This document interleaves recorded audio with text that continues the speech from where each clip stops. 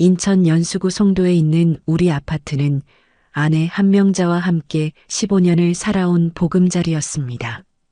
명자가 세상을 떠난 지 벌써 2년이 지났지만 여전히 집 곳곳에는 그녀의 흔적이 남아 있었습니다.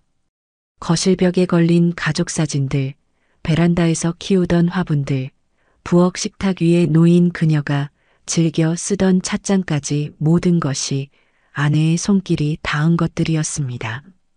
매년 이맘때면 저는 추모공원에 있는 아내의 묘지를 찾아갔습니다. 올해로 2주기를 맞는 날이 다가오고 있었습니다. 74세의 나이에 혼자 사는 것이 쉽지는 않았지만 딸 박소라와 사위 정민호가 자주 와서 도움을 주고 있어 그럭저럭 버텨나가고 있었습니다. 아버지, 내일 어머니 2주기잖아요. 몇 시에 성묘 가실 거예요? 딸 소라가 저녁 식사를 준비하며 물었습니다. 오전 10시쯤 출발하려고 해. 너희도 같이 갈 거지? 네, 당연히 같이 가야죠. 엄마께서 얼마나 저희를 보고 싶어 하시겠어요. 소라의 대답은 자연스러웠습니다. 사위 민호도 거들었습니다. 맞아요, 아버님. 내일은 일찍 일어나서 꽃도 준비하고 어머님이 좋아하셨던 음식도 가져가야죠. 그날 밤 평소보다 일찍 잠자리에 들었습니다. 내일은 중요한 날이었으니까요. 아내를 만나러 가는 날이었습니다. 하지만 잠이 쉽게 오지 않았습니다. 2년이 지났는데도 여전히 아내가 그리웠습니다. 새벽 2시쯤이었을까요? 깊은 잠에 빠져 있던 저는 갑자기 눈을 떴습니다. 방 안에 희미한 빛이 감돌고 있었고 그 빛 속에서 아내 한명자가 나타났습니다. 여보, 아내의 목소리였습니다. 생전과 똑같은 모습이었습니다.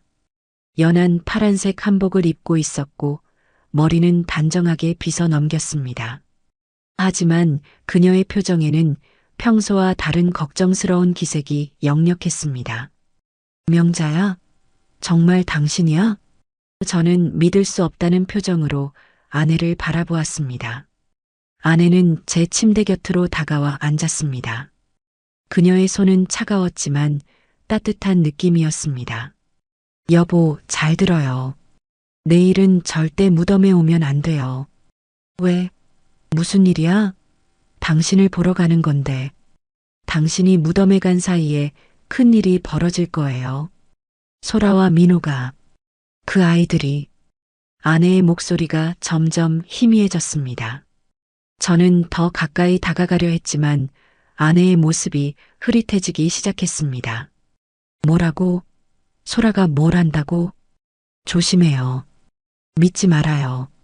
모든 걸 의심해 보세요. 그 말을 마지막으로 아내는 사라져버렸습니다. 저는 황급히 손을 뻗었지만 아무것도 만질 수 없었습니다. 잠에서 깨어보니 온몸이 식은땀에 젖어 있었습니다. 시계를 보니 새벽 3시 30분이었습니다. 창밖으로는 봄비가 내리고 있었습니다. 빗소리가 창문을 두드리는 소리가 묘하게 불안감을 자아냈습니다. 꿈이었을까요? 너무나 생생했습니다. 아내의 차가운 손의 감촉, 걱정스러운 표정, 그리고 마지막 경고의 말들. 모든 것이 현실처럼 느껴졌습니다. 소라와 민호가 뭘 한다는 거지? 저는 중얼거렸습니다. 다시 잠들려고 노력했지만 쉽지 않았습니다. 아내의 경고가 계속 머릿속을 맴돌았습니다. 결국 새벽 5시가 되어서야 겨우 잠이 들었습니다. 아침 7시 알람 소리에 눈을 떴습니다.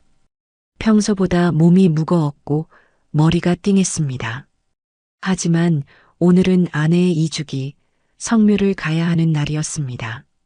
세수를 하고 거실로 나가니 딸 소라와 사위 민호가 벌써 일어나서 성묘 준비를 하고 있었습니다. 아버지, 일찍 일어나셨네요. 어제 잠은 잘 주무셨어요? 소라가 물었습니다. 응. 그런데 좀 이상한 꿈을 꾸었어. 무슨 꿈이요? 민호가 관심을 보였습니다. 명자가 나타나서 오늘 무덤에 오지 말라고 하더라고. 그 순간 소라와 민호의 표정이 미묘하게 변했습니다. 아주 잠깐이었지만 저는 놓치지 않았습니다. 아버지, 그냥 꿈이에요. 너무 신경 쓰지 마세요. 소라가 어색하게 웃으며 말했습니다. 그래도 기분이 이상해서 오늘은 비도 오고 하니까 내일 가는 게 어떨까? 소라와 민호가 서로 눈빛을 교환했습니다. 그리고 소라가 먼저 입을 열었습니다. 그러세요, 아버지. 날씨도 안 좋고 하니까 내일 가시는 게 나을 것 같아요. 맞아요, 아버님. 어머님도 아버님이 아프시는 것보다는 건강할 때 찾아오시는 걸 더 좋아하실 거예요. 민호도 동조했습니다. 이상했습니다. 평소라면 아버님께서 가고 싶으시다면 비가 와도 가야죠라고 했을 텐데 오늘은 너무 쉽게 포기하라고 하는 것 같았습니다. 그럼 너희들은 뭐 할 거야? 저희는 그냥 집에서 쉴게요. 평일에 너무 바빠서 오랜만에 집에서 편히 쉬고 싶어요. 소라가 대답했습니다. 아니면 오후에 잠깐 나갔다 올 수도 있어요. 친구들 만나기로 한 약속이 있거든요. 민호가 덧붙였습니다. 아침을 먹으면서도 저는 계속 아내의 꿈을 생각했습니다. 정말 단순한 꿈이었을까요? 아니면 아내가 정말로 저에게 경고를 해준 것일까요? 점심시간이 되자 저는 집에서 나왔습니다. 집에 있으니 자꾸 아내 생각이 나서 우울해졌습니다. 평소 즐겨 찾던 바다양 카페로 향했습니다. 집에서 걸어서 10분 거리에 있는 조용한 카페였습니다. 카페에 들어서니 오후 시간이라 그런지 사람이 많지 않았습니다. 저는 구석진 창가 자리에 앉아서 아메리카노를 주문했습니다. 창밖으로 내리는 봄비를 바라보며 아내를 생각했습니다. 명자야, 정말 나에게 나타난 거야? 소라와 민호가 뭘 한다는 거지? 그때였습니다. 카페 입구로 익숙한 목소리가 들려왔습니다. 고개를 돌려보니 제 사위 정민호가 휴대전화로 통화를 하며 들어오고 있었습니다. 저는 깜짝 놀라 재빨리 신문을 펼쳐서 얼굴을 가렸습니다. 다행히 민호는 저를 보지 못하고 카페 반대편 자리에 앉았습니다. 네, 맞습니다. 아버님이 오늘 성묘를 간다고 했는데 갑자기 안 간다고 하네요. 민호의 목소리가 카페 안에 울렸습니다. 저는 신문을 들고 있는 손이 떨리는 것을 느꼈습니다. 누구와 통화를 하고 있는 걸까요? 그리고 왜 제가 성묘를 안 간다는 이야기를 하고 있는 것일까요? 민호의 통화는 계속 이어졌습니다. 저는 신문으로 얼굴을 가린 채 귀를 쫑긋 세우고 들었습니다. 아니, 괜찮습니다. 어차피 오늘 중으로 끝내야 하는 일이니까요. 아버님이 집에 계시면 조금 불편하긴 하지만 방법이 있을 겁니다. 무슨 일을 끝낸다는 건가요? 저는 가슴이 두근거리기 시작했습니다. 보험 서류는 이미 다 준비됐고요. 김 과장님도 오후 2시에 집으로 오시기로 했어요. 부동산 중개사도 3시에 와서 최종 계약서에 사인받기로 했고요. 보험 서류, 부동산 계약서? 저는 아무것도 모르는데 무슨 일이 진행되고 있는 것일까요? 네, 맞아요. 요양원 상담도 오늘 오후에 잡혀 있어요. 인천 실버케어에서 4시에 집으로 상담 나온대요. 치매 진단서는 어제 박 원장님께서 발급해 주셨고요. 치매 진단서라니? 저는 멀쩡한데 무슨 소리인가요? 머리가 하얘졌습니다. 소라도 다 알고 있어요. 호주 비행기표도 이미 예약했어요. 다음 주 목요일 밤 11시 비행기로 시드니 가는 거. 네, 편도표예요. 편도표? 돌아올 생각이 없다는 뜻인가요? 저는 입을 다물지 못했습니다. 아버님 명의로 대출받는 것도 이미 승인 났어요. 집을 담보로 해서 8억까지 가능하다고 하더라고요. 그 돈이면 호주에서 충분히 새 시작할 수 있을 거예요. 제 명의로 대출을? 저는 그런 일에 동의한 적이 없는데요. 손이 부들부들 떨렸습니다. 걱정하지 마세요. 모든 서류는 완벽해요. 아버님 도장도 있고 신분증 사본도 다 준비했어요. 치매 환자의 가족이 대신 처리하는 거니까 법적으로도 문제 없대요. 민호의 목소리는 너무나 침착하고 계획적이었습니다. 마치 오래전부터 준비해온 일처럼 들렸습니다. 실버케어는 한 달에 250만 원이에요. 치매 전문 시설이라서 조금 비싸긴 하지만 어차피 아버님 연금으로 충분히 감당할 수 있어요. 그리고 우리가 없어도 전문적으로 돌봐주니까 오히려 아버님한테도 좋을 거예요. 250만 원짜리 요양원에 저를 보내겠다고요? 제 연금으로요? 그리고 자신들은 제 재산을 가지고 호주로 도망가겠다는 건가요? 네, 정확히 계산해 봤어요. 상가가 시세로 15억 정도 되고 대출 8억까지 하면 총 23억이에요. 거기에 아버님 적금이나 예금까지 합치면 25억은 될 거예요. 25억. 제가 평생 모은 전 재산이었습니다. 그 돈으로 호주에 가서 새로운 삶을 시작하겠다는 겁니까? 아버님은 치매 진단을 받으신 상태니까 재산 관리 능력이 없다고 판정될 거예요. 그럼 소라가 법적 후견인이 되어서 모든 걸 처리할 수 있어요. 법적 후견인. 저를 무능력자로 만들어서 제 재산을 마음대로 처분하겠다는 뜻이군요. 오늘이 가장 중요한 날이에요. 아버님이 성묘를 가신 사이에 모든 서류를 완료하려고 했는데 안 간다고 하시니까 조금 복잡해졌어요. 하지만 어떻게든 해결할 거예요. 민호는 잠시 상대방의 말을 듣더니 다시 입을 열었습니다. 생명보험은 10억이에요. 작년에 아버님 모르게 가입했거든요. 사고나 질병으로 돌아가시면 바로 지급되고 수익자는 소라로 되어 있어요. 10억 원의 생명보험? 제가 언제 그런 보험에 가입했나요? 그리고 제가 모르게 가입했다고요? 계단 사고가 가장 자연스러울 것 같아요. 치매 노인이 실족해서 떨어지는 건 충분히 있을 수 있는 일이니까요. 아니면 목욕탕에서 미끄러져서. 저는 온몸에 소름이 돋았습니다.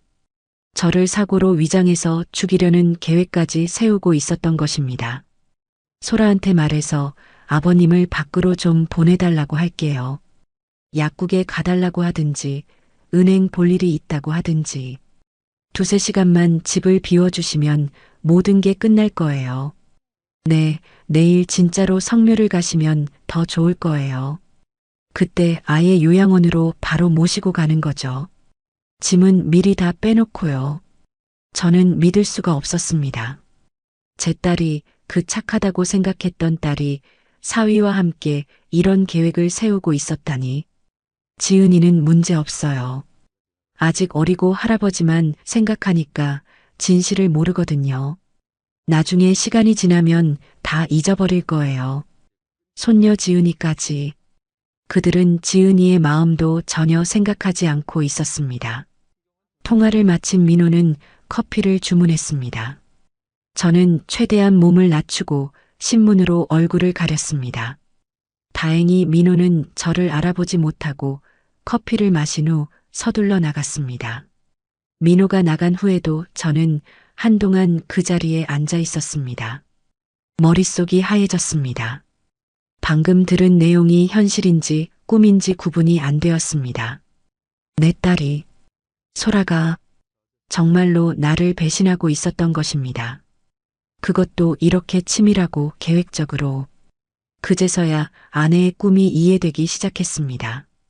아내가 저를 보호하려고 경고해 준 것이었습니다. 만약 오늘 성묘를 갔다면 집에 돌아왔을 때 모든 게 끝나 있었을지도 모릅니다. 제 손이 떨렸습니다. 커피잔을 들 수도 없을 정도였습니다. 가슴이 답답하고 숨이 막히는 것 같았습니다. 명자야. 고마워. 정말 고마워. 저는 속으로 아내에게 감사 인사를 했습니다. 하지만 이제 어떻게 해야 할까요? 소라와 민호는 지금 집에서 무엇을 하고 있을까요? 혹시 이미 뭔가 준비하고 있는 건 아닐까요? 저는 조심스럽게 카페에서 나왔습니다. 집으로 바로 가기는 무서웠습니다. 대신 집 근처 공원으로 향했습니다.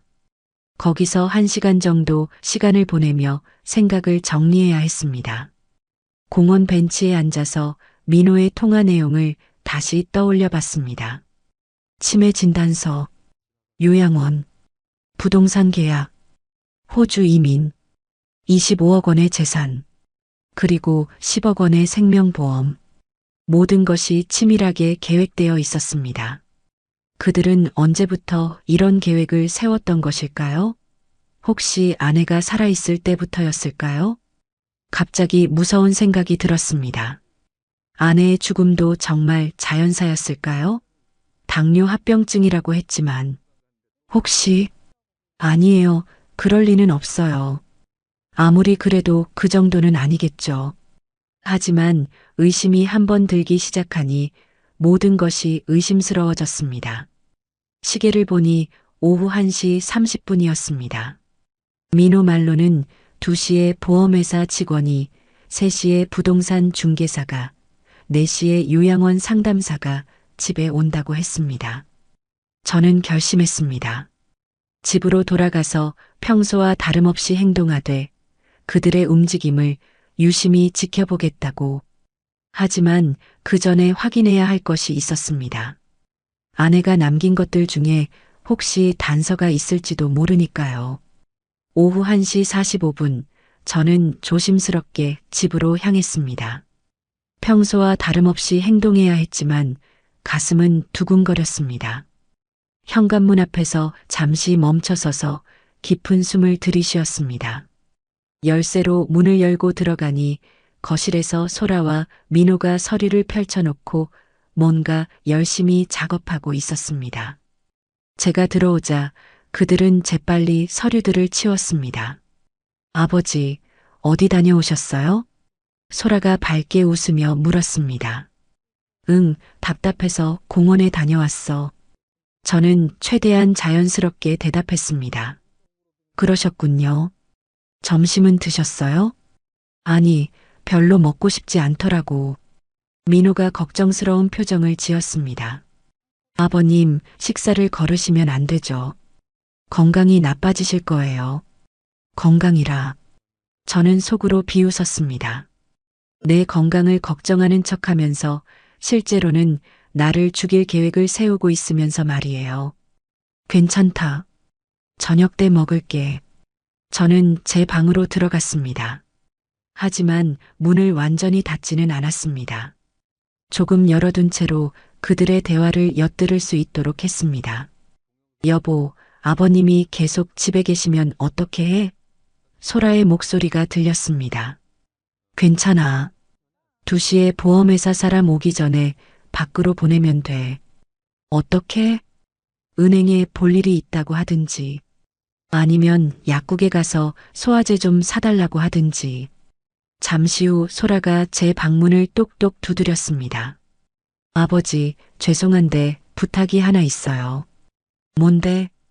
제가 소화가 안 되는데 혹시 근처 약국에 가서 소화제 좀 사다 주실 수 있으세요?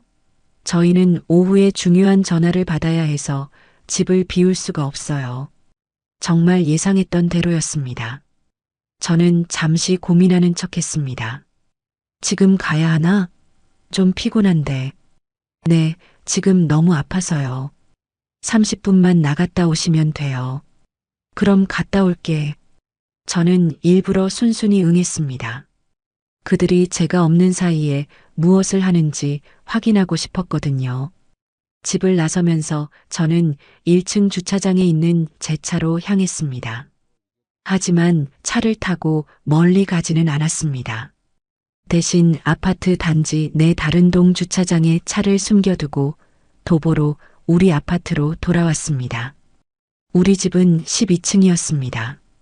저는 13층 복도 창문에서 우리 집 거실을 내려다볼 수 있다는 것을 알고 있었습니다. 13층으로 올라가서 복도 끝 창문으로 조심스럽게 내려다보니 우리 집 거실이 훤히 보였습니다. 정확히 2시에 한 남자가 우리 집을 찾아왔습니다.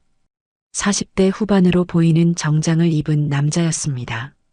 서류 가방을 들고 있었죠. 소라와 민호가 그 남자를 맞이하며 거실 테이블에 앉았습니다. 창문이 조금 열려 있어서 그들의 대화가 희미하게 들렸습니다. 서류는 다 준비됐나요? 남자의 목소리였습니다. 네, 여기 있습니다. 아버님 도장도 찍었고요. 민호가 대답했습니다. 치매 진단서도 확인했습니다. 이 정도면 법적으로 문제 없어요. 가족이 후견인 자격으로 보험 가입하는 거니까요. 보험금 지급은 확실한 거죠? 소라가 물었습니다. 네, 사고사의 경우 조사 기간이 있긴 하지만 1개월 내에는 지급됩니다. 10억 원 전액이요. 그들은 약 30분간 서류를 검토했습니다. 저는 그 모든 과정을 지켜보며 분노가 치밀어 올랐습니다. 제 모르게 제 명의로 생명보험에 가입하고 제 도장을 찍다니. 3시 정각에 2번째 방문자가 왔습니다. 이번에는 40대 여성이었습니다. 부동산 중개업자로 보였습니다. 상가 시세가 15억 정도 나올 것 같아요. 송도 신도시 중심가라 위치가 좋고 평수도 적당해서 금방 팔릴 거예요. 여자의 목소리가 들렸습니다. 언제까지 팔 수 있을까요? 소라가 물었습니다. 금매로 내놓으면 2주 안에 가능해요. 14억에서 14억 5천만 원 정도로 책정하면 될 것 같아요. 좋습니다. 바로 진행해 주세요. 부동산 중개업자가 나간 후 잠시 조용했습니다. 소라와 민호는 거실에서 뭔가 진지하게 이야기하고 있었지만 목소리가 작아서 내용을 알 수 없었습니다. 4시에 3번째 방문자가 왔습니다. 50대 남자로 보이는 사람이었는데 유니폼을 입고 있었습니다. 아마 요양원 관계자인 것 같았습니다. 실버케어 센터입니다. 상담 받으러 왔습니다. 남자가 말했습니다. 네, 들어오세요. 저희 아버님 모실 곳을 알아보고 있어요. 그들은 거실에 앉아서 요양원에 대한 설명을 들었습니다. 치매 전문 시설이라서 24시간 전문 간병인이 돌봐드려요. 한 달 비용은 250만 원이고 입원비는 별도예요. 언제부터 입원 가능한가요? 내일이라도 가능합니다. 서류만 준비되면 바로 모실 수 있어요. 그럼 내일 모시겠습니다. 내일 모신다고요? 벌써 내일부터 요양원에 보낼 계획인가요? 요양원 관계자가 나간 후 소라와 민호는 안도의 한숨을 내쉬었습니다. 드디어 다 준비됐네. 내일 아버님을 요양원에 모시고 우리는 모레 호주로 출발하는 거야. 정말 이대로 가도 될까? 아버님이 나중에 알아차리시면 어떻게 해? 괜찮아. 치매 환자니까 금방 잊어버리실 거야. 그리고 우리는 이미 호주에 있을 테니까. 저는 더 이상 들을 수 없었습니다. 13층에서 내려와 급히 약국으로 향했습니다. 소화제를 사서 집으로 돌아가야 했습니다. 약국에서 소화제를 사고 집으로 돌아왔습니다. 현관에서 신발을 벗고 있는데 거실에서 소라의 목소리가 들렸습니다. 여보, 아버지 오시는 것 같아. 서류 다 치워. 저는 문을 열고 들어갔습니다. 소라야, 소화제 사왔어. 아, 고마워요, 아버지. 어디서 사셨어요? 동네 약국에서. 많이 아파? 네, 조금 나아진 것 같아요. 고생하셨어요. 그들의 연기는 완벽했습니다. 아무 일도 없었다는 듯이 자연스럽게 행동했습니다. 만약 제가 민호의 통화를 엿듣지 못했다면 절대 눈치채지 못했을 것입니다. 저녁 식사 시간이 되었습니다. 평소와 다름없는 저녁상이었지만 식탁 분위기는 미묘했습니다. 아버지, 내일은 정말 성묘 가실 거죠? 소라가 물었습니다. 응, 날씨가 좋으면 가려고 해. 그러세요. 저희도 함께 가겠어요. 민호가 말했습니다. 하지만 저는 알고 있었습니다. 내일 성묘는 핑계고 실제로는 요양원으로 데려가려는 계획이라는 것을. 그날 밤 저는 잠들 수 없었습니다. 아내의 방으로 가서 그녀의 유품들을 뒤져보기로 했습니다. 혹시 아내가 무언가 증거를 남겨놓았을지도 모르니까요. 그날 밤 11시 소라와 민호가 잠든 것을 확인한 후 저는 조심스럽게 아내의 방으로 향했습니다. 평소에는 들어가기 힘들었던 곳이었습니다. 아내가 세상을 떠난 후 그 방은 마치 성역처럼 여겨졌거든요. 문을 열고 들어서니 아내의 향기가 희미하게 남아있는 것 같았습니다. 화장대 위에는 아내가 생전에 사용하던 화장품들이 그대로 놓여 있었고 옷장에는 그녀의 옷들이 정갈하게 걸려 있었습니다. 명자야, 미안해. 하지만 당신이 뭔가 남겨놨을 것 같아서. 저는 마음속으로 아내에게 양해를 구하며 화장대 서랍을 열어보기 시작했습니다. 첫 번째 서랍에는 아내의 액세서리들이 들어 있었습니다. 반지, 목걸이, 귀걸이. 모두 제가 결혼 기념일이나 생일에 선물했던 것들이었습니다. 하나하나 보니 옛 추억이 떠올랐습니다. 두 번째 서랍에는 아내의 일기장들이 있었습니다. 여러 권의 일기장이 연도별로 정리되어 있었습니다. 저는 가장 최근 것부터 살펴보기 시작했습니다. 2022년 일기장을 펼쳐보니 아내의 단정한 글씨가 눈에 들어왔습니다. 2022년 1월 1일 새해가 밝았다. 올해는 건강하게 지내고 싶다.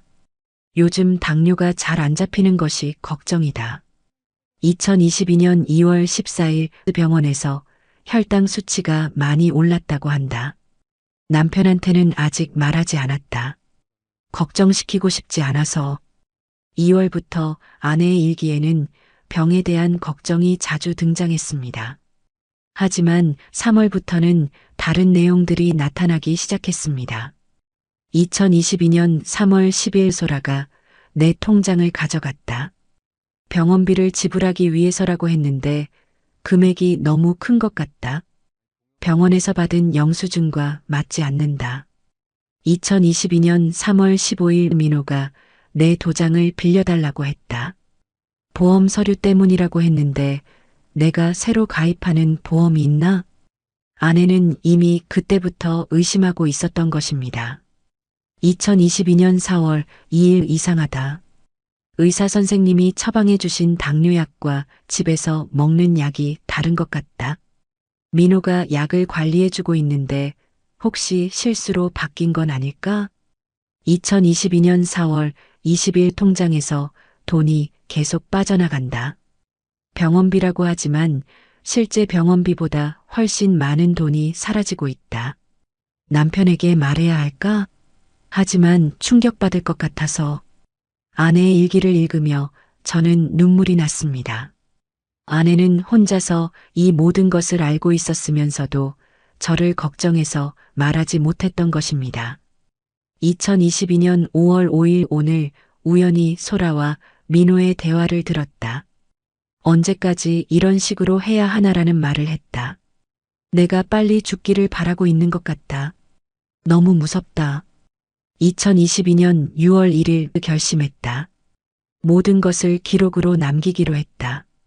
남편을 위해서라도 증거를 남겨야 한다. 그들이 나에게 한 일을 반드시 밝혀내야 한다. 6월부터 아내의 일기는 더욱 구체적이고 체계적으로 변했습니다. 2022년 6월 10일 소형 녹음기를 샀다. 그들의 대화를 녹음하기 시작했다. 증거를 모아야 한다. 2022년 6월 15일 그들이 내 약을 바꾸는 장면을 휴대폰으로 촬영했다. 분명한 증거다. 2022년 6월 25일 은행에 직접 가서 내 통장 거래 내역을 뽑아봤다. 충격적이다. 지난 6개월 동안 3억 원이 넘는 돈이 빠져나갔다. 모두 민호 계좌로 이체되었다. 아내는 죽어가면서도 저를 위해 증거를 수집하고 있었던 것입니다. 2022년 7월 5일 이한성 변호사를 만났다. 모든 증거를 설명했더니 충분히 법적 대응이 가능하다고 했다. 하지만 내가 죽고 난 후의 일이다. 이한성 변호사, 그 이름을 기억해 두어야겠습니다. 2022년 7월 15일 모든 증거를 USB에 저장했다. 녹음 파일, 사진, 통장 거래 내역, 진짜 약과 가짜 약. 모든 것이 들어있다. 이 USB를 남편이 발견하기를 바란다. 2022년 7월 20일 마지막 편지를 썼다. 남편에게 모든 진실을 알려주는 편지다. USB와 함께 숨겨둘 것이다. 일기장의 마지막 페이지에는 작은 열쇠가 테이프로 붙어 있었습니다. 그리고 그 옆에 아내의 글씨로 이렇게 적혀 있었습니다. 화장대 뒤쪽 서랍 남편만 열어보세요. 저는 떨리는 손으로 화장대 뒤쪽을 살펴보았습니다.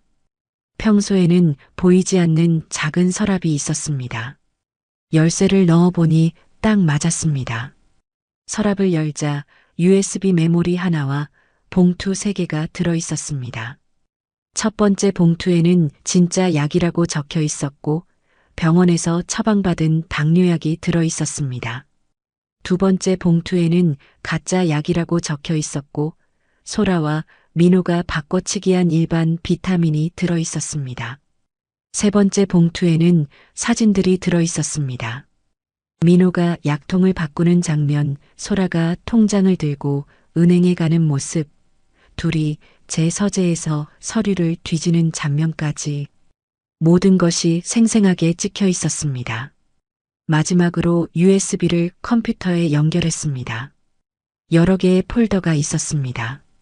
녹음 파일 폴더를 열어보니 15여 개의 음성 파일이 있었습니다. 첫 번째 파일을 재생해보니 소라와 민호의 대화였습니다. 엄마가 자꾸 의심하시는 것 같아. 통장 거래 내역을 물어보시고 그래. 소라의 목소리였습니다. 괜찮아. 어차피 얼마 못 사실 거야. 의사도 당뇨 합병증이 심해지면 위험하다고 했잖아. 민호의 냉정한 대답이었습니다. 그래도 무서워. 혹시 아버님께 말씀하시면 어떻게 해? 그럴 리 없어. 아버님 걱정시키기 싫어서 아무 말 안 하실 거야. 그런 분이야. 다음 파일에서는 더 충격적인 내용이 나왔습니다. 약은 계속 바꿔치기 해. 절대 진짜 당뇨약은 주면 안 돼. 민호의 목소리였습니다. 알았어. 그런데 이렇게 해도 되는 거야? 당연하지. 어차피 나이가 많으시잖아. 우리가 조금 빨리 정리하는 것뿐이야. 사진 폴더에는 80여 장의 사진이 있었습니다. 모두 소라와 민호의 범행 장면들이었습니다. 서류 폴더에는 은행 거래 내역, 통화 기록, 그리고 아내가 직접 작성한 사건 일지가 있었습니다. 마지막으로 편지 폴더를 열었습니다. To My Love라는 제목의 파일이 있었습니다. 사랑하는 철수에게 만약 당신이 이 편지를 읽고 있다면 나는 이미 세상을 떠났을 거예요. 그리고 우리 딸과 사위의 진짜 모습을 알게 되었겠죠. 나는 내가 죽어간다는 것을 알고 있었어요. 하지만 더 큰 문제는 그들이 나를 일부러 죽음으로 몰아가고 있다는 것이었어요. 이 모든 증거들을 이한성 변호사에게 가져가세요. 그분의 연락처는 별도로 적어뒀어요. 그분이 당신을 도와주실 거예요. 그리고 절대 혼자 해결하려고 하지 마세요. 그들은 당신보다 훨씬 치밀하고 준비되어 있어요. 당신을 영원히 사랑해요. 반드시 이겨내세요. 영원한 사랑을 담아서 명자. 편지를 읽고 나니 눈물이 멈추지 않았습니다. 아내는 죽어가면서도 저를 보호하려고 이 모든 것을 준비해 두었던 것입니다. 그때 복도에서 발소리가 들렸습니다. 누군가 화장실에 가는 것 같았습니다. 저는 재빨리 모든 것을 정리하고 아내의 방을 나왔습니다. 이제 저에게는 강력한 무기가 있었습니다. 아내가 목숨을 걸고 모아준 증거들이 있었으니까요. 내일 이한성 변호사를 찾아가야겠습니다. 다음 날 아침 저는 평소보다 일찍 일어났습니다. 밤새 잠을 설쳤지만 오히려 정신은 또렷했습니다. 아내가 남긴 증거들을 다시 한번 확인하고 이한성 변호사의 연락처를 찾아봤습니다. 아내의 수첩에서 이한성 변호사의 명함을 발견했습니다. 명함 뒷면에는 아내의 글씨로 믿을 수 있는 분입니다. 꼭 도움받으세요라고 적혀 있었습니다. 아버지, 오늘 성묘 가시죠? 소라가 아침 식사를 하며 물었습니다. 응, 날씨도 좋고 하니까 가야겠다. 저희도 함께 가겠어요. 민호가 말했습니다. 하지만 저는 알고 있었습니다. 그들의 진짜 계획이 무엇인지 말이에요. 그런데 말이야, 저는 일부러 연기했습니다. 요즘 머리가 좀 띵하고 기억력이 나빠지는 것 같아서 걱정이야. 소라와 민호의 눈빛이 반짝였습니다. 그러시면 병원에서 검사 받아보시는 게 어떨까요? 소라가 제안했습니다. 그래, 좋은 생각이다. 성묘 다녀와서 병원에 가보자. 네, 제가 좋은 병원 알아보겠어요. 민호가 말했습니다. 저는 속으로 냉소했습니다. 분명 치매 진단을 내려줄 병원을 알아볼 것이겠죠. 그럼 10시에 출발하자. 저는 일어서며 말했습니다. 하지만 저는 성묘를 갈 생각이 전혀 없었습니다. 대신 9시에 미리 집을 나와서 이한성 변호사를 만날 계획이었습니다. 아, 그런데 성묘 가기 전에 잠깐 은행에 들러야겠어. 어제 통장 정리하라는 문자가 왔더라고. 아버지, 저희가 대신 가드릴까요? 소라가 재빨리 제안했습니다. 아니야, 본인이 직접 가야 한다고 하더라고. 30분 정도면 될 것 같으니까 10시 30분에 만나자. 저는 9시에 집을 나왔습니다. 소라와 민호는 제가 은행에 간다고 생각했겠지만 실제로는 이한성 변호사 사무실로 향했습니다. 변호사 사무실은 인천 부평구에 있었습니다. 20층짜리 오피스텔 15층에 위치한 중견 규모의 법무법인이었습니다. 이한성 변호사님을 만나고 싶은데요. 급한 일이 있습니다. 접수처에서 말했습니다. 예약하셨나요? 아니요. 하지만 정말 급한 일이에요. 한명자 씨가 소개해 주신 분이라고 전해주세요. 잠시 후 50대 초반의 이한성 변호사가 나타났습니다. 그는 한명자라는 이름을 듣자마자 진지한 표정을 지었습니다. 혹시 박철수 선생님이신가요? 네, 맞습니다. 어서 오세요. 기다리고 있었습니다. 변호사 사무실에 들어가자 이한성 변호사가 말했습니다. 부인께서 2년 전에 저를 찾아오셨었어요. 딸과 사위의 범행에 대해 상담받으러 오셨죠. 그렇습니까? 아내가 뭐라고 했나요? 모든 것을 알고 계셨어요. 약물 바꿔치기, 재산 횡령, 심지어 선생님에 대한 계획까지. 그래서 증거를 모으고 계셨던 거예요. 저는 아내가 준비한 USB와 모든 증거들을 꺼내서 책상 위에 놓았습니다. 이것들을 어젯밤에 발견했습니다. 이한성 변호사는 USB를 컴퓨터에 연결해서 내용을 하나하나 확인했습니다. 녹음 파일을 듣고 사진들을 보며 그는 심각한 표정을 지었습니다. 이건 명백한 사기와 횡령입니다. 그리고 부인의 죽음과 관련해서도 살인 혐의를 적용할 수 있어요. 정말요? 네, 환자에게 의도적으로 가짜 약을 투여해서 치료를 방해한 것은 살인미수 또는 살인에 해당합니다. 더군다나 이렇게 체계적인 증거가 있으니까 승소 가능성이 매우 높아요. 그럼 어떻게 진행하면 될까요? 우선 경찰에 신고해야 합니다.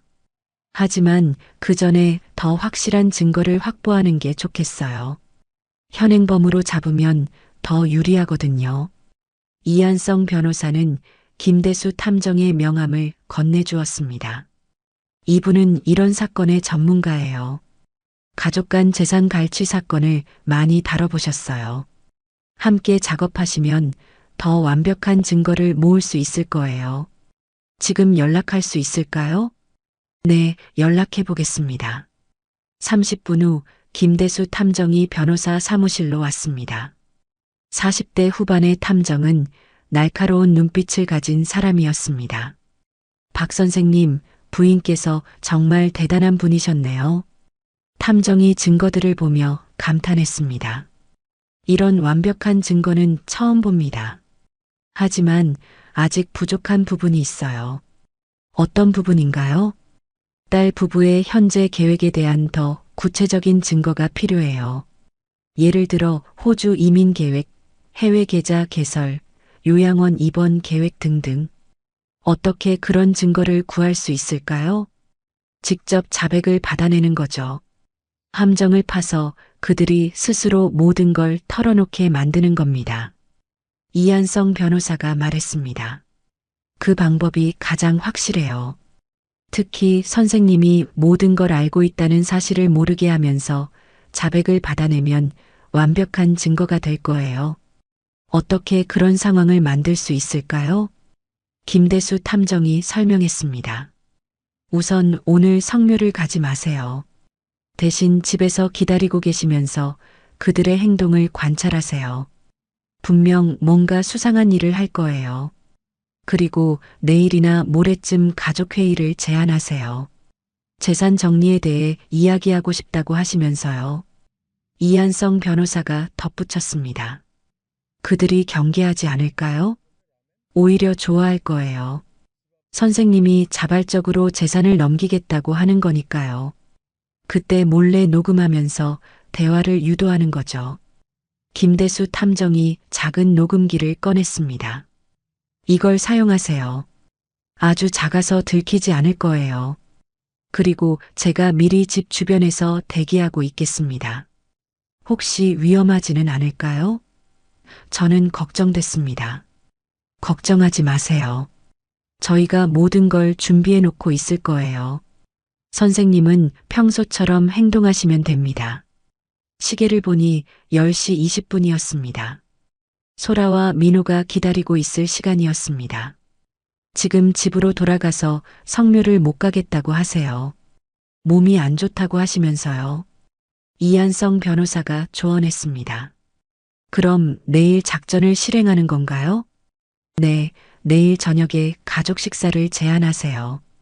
그리고 중요한 이야기가 있다고 하시면서 그들을 유도하세요. 저는 변호사 사무실을 나와 집으로 향했습니다. 이제 반격을 시작할 시간이었습니다. 집에 도착하니 소라와 민호가 현관에서 기다리고 있었습니다. 아버지, 늦으시네요. 성묘 가야 하는데. 소라가 불안한 표정으로 말했습니다. 미안하다. 은행에서 일이 복잡해져서. 그런데 갑자기 머리가 아프고 어지러워서 성묘는 내일 가는 게 어떨까? 소라와 민호의 표정이 당황스러워졌습니다. 괜찮으세요? 병원에 가보실래요? 민호가 물었습니다. 아니야, 집에서 좀 쉬면 될 것 같아. 너희들만 갔다 와도 될 거야. 그럼 저희가 다녀올게요. 소라가 말했습니다. 하지만 저는 그들이 성묘를 가지 않을 것이라는 걸 알고 있었습니다. 분명 다른 일을 하러 갈 것이었거든요. 소라와 민호가 성묘를 다녀오겠다며 집을 나간 후 저는 혼자 거실에 앉아 아내 한명자의 마지막 1년을 되돌아보기 시작했습니다. 이제 모든 진실을 알고 나니 그때의 모든 일들이 다르게 보였습니다. 2022년 3월 10일 아내가 당뇨 수치가 급격히 악화되기 시작한 날을 선명하게 기억합니다. 여보, 괜찮아. 의사 선생님이 약만 잘 먹으면 조절할 수 있다고 하셨어. 저는 아내를 위로했습니다. 고마워요. 당신과 소라가 있어서 힘이 나요. 아내는 제 손을 꼭 잡으며 미소를 지었습니다. 그때까지만 해도 저희는 함께 이 시련을 극복할 수 있다고 믿었습니다. 딸 소라와 사위 민호도 걱정스러운 표정으로 병원에 함께 왔었죠. 어머님, 걱정하지 마세요. 저희가 잘 돌봐드릴게요. 소라가 말했습니다. 맞아요, 어머님. 최고의 치료를 받게 해드릴게요. 민호도 다짐했습니다. 하지만 4월부터 아내의 상태가 급격히 악화되기 시작했습니다. 여보, 이상해요. 약을 먹어도 혈당이 계속 올라가요. 그리고 기운이 더 없어지는 것 같아요. 아내가 힘들어했습니다. 7월 초 아내는 거의 침대에서 일어나지 못하게 되었습니다. 여보, 너무 힘들어요. 정말 이 치료가 맞는 건가요? 의사를 한 번 더 만나보자. 하지만 민호가 말렸습니다. 아버님, 어머님이 너무 약해서 병원에 가기 힘드실 거예요. 제가 의사 선생님께 여쭤봐서 처방전을 받아올게요. 결국 저와 아내는 의사를 직접 만나지 못했고 민호만 병원에 가서 상담을 받아왔습니다. 의사 선생님이 어머님 상태가 많이 안 좋아졌다고 하세요. 하지만 약을 바꿔서 처방해 주셨으니까 조금 더 지켜보자고 하더라고요. 그런데 이상했습니다. 의사는 새로운 약을 처방했다고 하는데 아내는 갈수록 나빠지고 있었어요. 7월 15일 제가 우연히 들은 대화가 있었습니다. 소라와 민호가 거실에서 나누는 이야기였죠. 어머니가 자꾸 의심하시는 것 같아. 어떻게 하지? 소라의 목소리였습니다. 괜찮아. 어차피 얼마 못 사실 거야. 민호의 냉정한 대답이었습니다. 당시에는 아내의 병이 심해서 하는 말이라고 생각했습니다. 하지만 지금 돌이켜보니 그들은 이미 아내가 곧 죽을 것이라는 걸 확신하고 있었던 것 같습니다. 7월 22일 아내가 세상을 떠났습니다. 새벽 4시경이었어요. 제가 잠깐 졸고 있을 때였습니다. 깨어보니 아내는 이미 숨을 거두고 있었습니다. 평온한 얼굴이었지만 뭔가 안타까운 표정이었어요. 소라와 민호는 슬픔보다는 안도감을 보였습니다. 물론 겉으로는 슬퍼하는 척했지만 그들의 진짜 마음을 저는 느낄 수 있었어요. 명자야, 미안해. 그때 내 말을 더 들어볼걸. 내가 얼마나 무서웠을까. 저는 아내의 사진을 보며 속삭였습니다. 이제 복수할 시간이었습니다. 아내의 원수를 반드시 갚아야 했습니다. 다음 날 저녁 모든 준비가 완료되었습니다. 김대수 탐정은 우리 아파트 주차장에서 대기하고 있었고 이한성 변호사는 사무실에서 실시간으로 상황을 모니터링할 준비를 마쳤습니다. 저는 작은 녹음기를 셔츠 주머니에 숨기고 평소보다 더 자상한 아버지를 연기할 준비를 했습니다. 오후 6시 소라와 민호가 퇴근해서 돌아왔습니다. 소라야, 민호야, 오늘 저녁에 외식하지 말고 집에서 같이 먹자. 아버지가 중요한 이야기가 있어서 말이야. 소라와 민호의 눈빛이 반짝였습니다. 분명 제가 재산 이야기를 꺼낼 거라고 생각했을 것입니다. 네, 아버지. 무슨 중요한 이야기인가요? 소라가 기대에 찬 목소리로 물었습니다. 저녁 먹으면서 이야기하자. 소라가 요리 좀 해줄래? 오랜만에 가족끼리 좋은 시간을 보내고 싶어서. 물론이죠. 아버지가 좋아하시는 김치찌개 해드릴게요. 소라는 기꺼이 부엌으로 향했습니다. 저녁 준비를 하는 동안 저는 평소보다 더 많은 관심을 보였습니다. 민호야, 요즘 회사 일은 어떠니? 승진 이야기는 어떻게 됐고? 아, 그거요? 사실 승진보다는 다른 계획을 생각하고 있어요. 민호가 조심스럽게 대답했습니다. 다른 계획? 네, 사실. 해외로 나갈 생각을 하고 있어요. 호주 쪽으로요. 호주라. 저는 놀란 척했습니다. 갑자기 왜? 요즘 한국 경제 상황이 좋지 않잖아요. 그리고 소라도 호주에서 새로운 일을 시작하고 싶어 해요. 소라가 부엌에서 고개를 내밀었습니다. 네, 아버지. 호주가 복지도 좋고 살기 좋다고 하더라고요. 그런가? 그런데 이민 가려면 돈이 많이 들 텐데? 소라와 민호가 서로 눈빛을 교환했습니다. 그래서 사실 아버님께 말씀드리려고 했어요. 민호가 조심스럽게 말했습니다. 저녁상이 차려지고 가족 3명이 둘러앉았습니다. 겉으로는 화목한 가족 식사였지만 테이블 아래 숨겨진 녹음기가 모든 대화를 기록하고 있었습니다. 자, 그럼 이제 중요한 이야기를 해보자. 저는 천천히 운을 뗐습니다. 사실 말이야, 요즘 많이 생각해봤어. 내가 이제 나이도 많고 혼자 살기도 힘들고 그래서 결정한 게 있어. 소라와 민호가 숨을 죽이고 기다렸습니다. 재산 정리를 하려고 해. 너희에게 모든 걸 맡기고 싶어. 정말요? 소라가 기쁜 듯 물었습니다. 응. 집도 예금도 모든 걸 너희가 관리했으면 좋겠어. 나는 이제 편히 쉬고 싶거든. 민호가 조심스럽게 물었습니다. 그럼 아버님은 어떻게 지내실 거예요? 그것도 생각해 봤어. 요양원에 들어가는 게 어떨까 싶어서. 순간 소라와 민호의 얼굴에 놀라움과 기쁨이 동시에 스쳤습니다. 아버지, 정말 그렇게 생각하세요? 소라가 물었습니다. 응. 너희도 젊은데 늙은 아버지 때문에 고생할 필요 없잖아. 요양원에서 또래 친구들과 지내는 것도 좋을 것 같고. 그렇다면 민호가 말을 꺼냈습니다. 사실 저희가 알아본 곳이 있어요. 정말? 어디? 실버케어 센터라고 인천에서 가장 좋은 요양원이에요. 시설도 훌륭하고 간병 서비스도 최고래요. 소라가 거들었습니다. 맞아요, 아버지. 거기는 치매 전문 시설이라서 만약 나중에 기억력이 나빠지셔도 전문적으로 돌봐주셔요. 치매 전문 시설이라. 그들은 이미 저를 치매 환자로 만들 계획을 완료했던 것입니다. 그런데 비용이 얼마나 들까? 한 달에 250만 원이에요. 조금 비싸긴 하지만 아버님 연금으로 충분히 감당할 수 있어요. 민호가 대답했습니다. 그럼 집은 어떻게 하고? 저희가 팔아서 관리해 드릴게요. 시세로 15억 정도 나올 것 같아요. 소라가 말했습니다. 15억. 정확히 부동산 중개업자가 말했던 금액이었습니다. 그럼 그 돈으로 뭘 할 거야? 민호가 조심스럽게 말했습니다.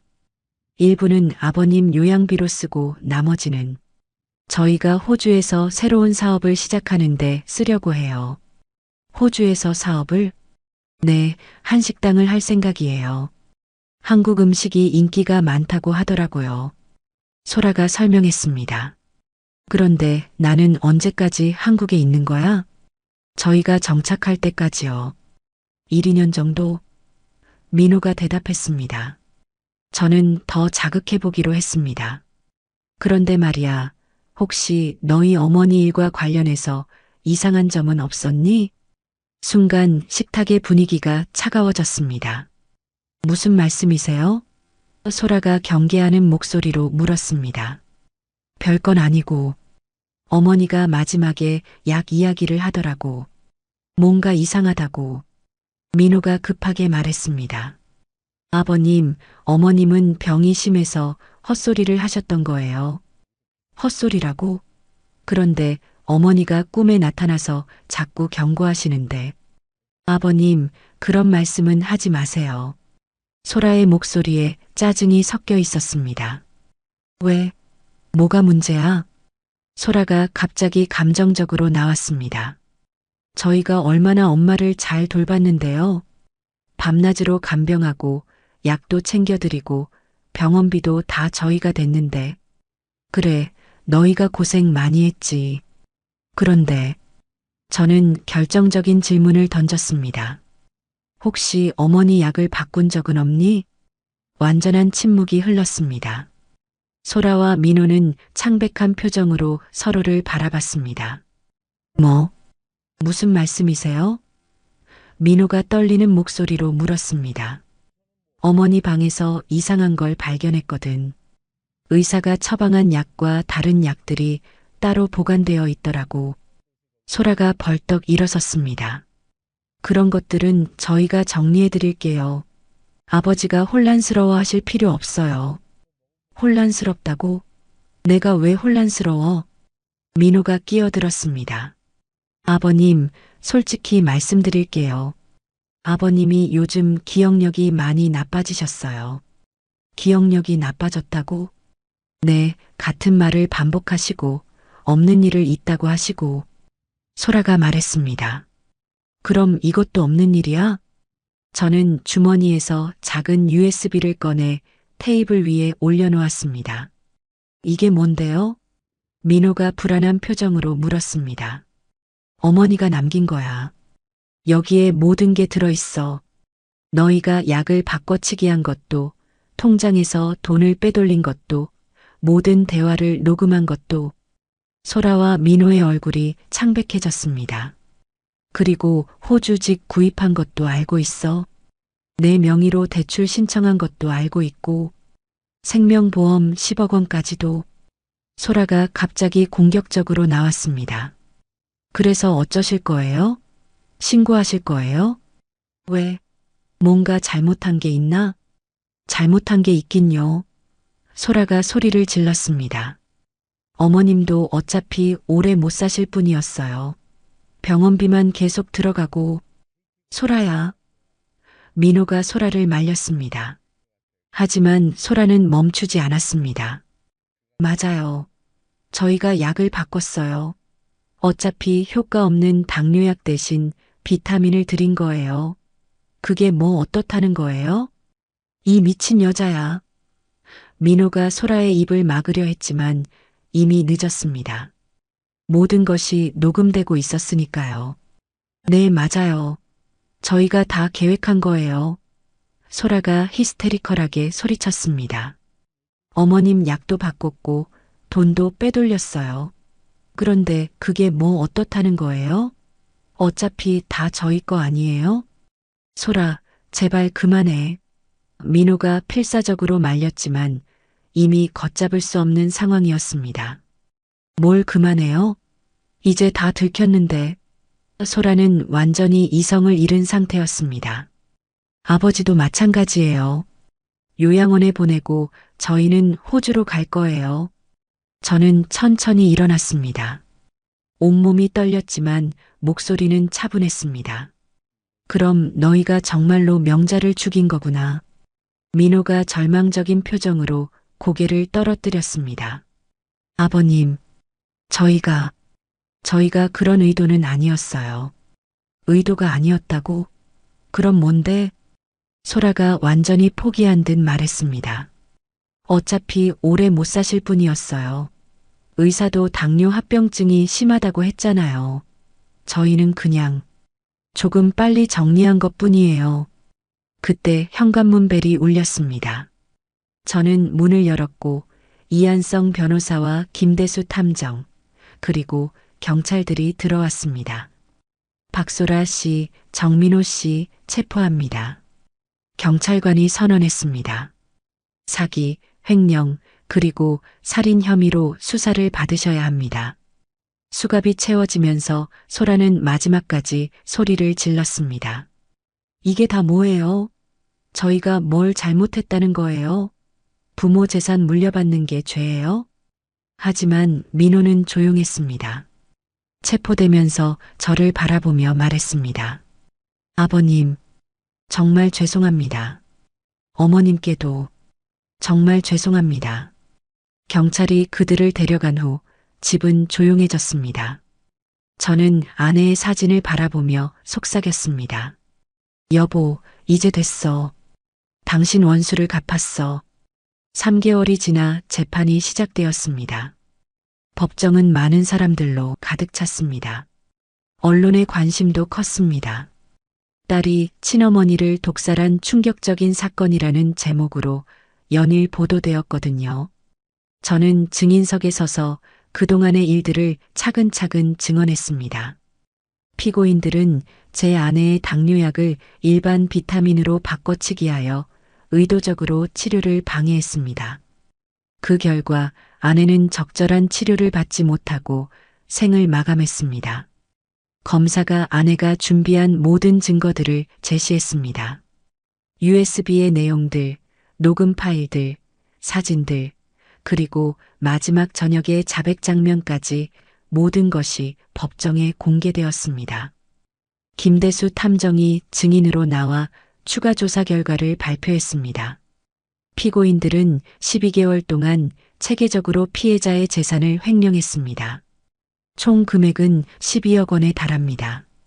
또한 호주에 부동산을 구입하고 완전한 도피 계획을 세워놓은 상태였습니다. 의료진도 증언했습니다. 한명자 환자가 처방받은 당뇨약과 실제로 복용한 약물을 분석한 결과 완전히 다른 성분이었습니다. 만약 제대로 된 치료를 받았다면 최소 10년은 더 생존할 수 있었을 것입니다. 재판부는 아내가 남긴 모든 증거들을 인정했습니다. 피해자 한명자는 자신에게 가해지는 범행을 정확히 인지하고 있었으며 남편을 보호하기 위해 체계적으로 증거를 수집했습니다. 이는 피고인들의 범행이 계획적이고 지속적이었음을 명확히 보여줍니다. 딸 소라는 재판 과정에서도 끝까지 억울하다는 표정이었습니다. 저희가 뭘 그렇게 잘못했어요? 부모님 돌보느라 얼마나 힘들었는데. 하지만 사위 민호는 진심으로 반성하는 모습을 보였습니다. 아버님, 어머님, 그리고 재판부에 깊이 사죄드립니다. 변명의 여지가 없는 중대한 범죄를 저질렀습니다. 어떤 처벌이라도 달게 받겠습니다. 재판장이 엄중하게 판결을 선고했습니다. 피고인 박소라에게는 징역 15년, 피고인 정민호에게는 징역 10년을 선고합니다. 또한 횡령한 재산 12억 원 전액을 피해자에게 배상하도록 명령합니다. 재판이 끝난 후 1년이 지났습니다. 저는 한명자 노인보호재단을 설립했습니다.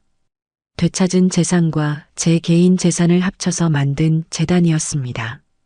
재단의 주요 활동은 노인 학대 예방과 피해자 지원이었습니다. 자식들에게 재산을 빼앗기거나 학대받는 노인들을 돕는 일이었죠. 할아버지, 오늘도 상담 신청이 15건이나 왔어요. 재단에서 일하는 젊은 직원 김영애 씨가 보고했습니다. 그런가? 그럼 바쁘겠네. 네, 하지만 보람 있어요. 할아버지 이야기를 듣고 용기를 내는 분들이 많거든요. 재단 설립 1년 만에 전국에서 1,500건이 넘는 상담이 접수되었습니다. 생각보다 많은 노인들이 비슷한 피해를 당하고 있었던 것입니다. 계절이 바뀌어 다시 봄이 되었습니다. 아내의 3주기를 맞아 추모공원을 찾았습니다. 이번에는 혼자가 아니었습니다. 재단 직원들과 도움을 받은 할머니, 할아버지들이 함께했습니다. 한명자 선생님 감사합니다. 선생님 덕분에 저희가 새로운 희망을 찾았어요. 한 할머니가 묘 앞에서 인사했습니다. 저는 아내의 묘비를 쓰다듬으며 속삭였습니다. 여보, 보이지? 당신이 뿌린 씨앗이 이렇게 많은 꽃을 피웠어. 당신 희생이 헛되지 않았어. 그날 밤 집으로 돌아와 아내의 사진을 바라보며 하루를 정리했습니다. 오늘 15분의 새로운 상담자가 오셨어. 모두 당신 덕분에 도움을 받게 될 거야. 창밖으로 별이 반짝이고 있었습니다. 그 별빛 속에서 아내의 미소를 본 것 같았습니다. 이제 저는 복수가 아닌 사랑으로 살아가고 있었습니다. 아내의 마지막 선물이 저에게 새로운 인생을 선사해 준 것입니다. 매일 아침 일어날 때마다 누군가를 도울 수 있다는 기대감으로 가슴이 벅찹니다. 한명자 노인보호재단은 계속 성장하고 있고 전국에서 비슷한 재단들이 생겨나고 있습니다. 정부에서도 노인보호법을 강화하고 있고 사회적 관심도 높아지고 있습니다.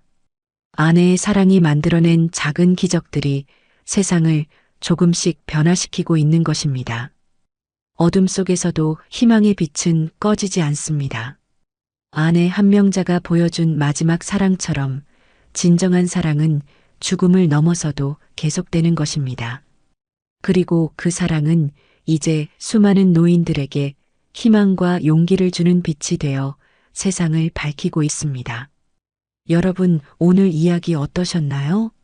이야기가 마음에 닿았다면 구독과 좋아요 부탁드릴게요. 여러분의 따뜻한 댓글 하나가 모두에게 큰 힘이 됩니다. 감사합니다.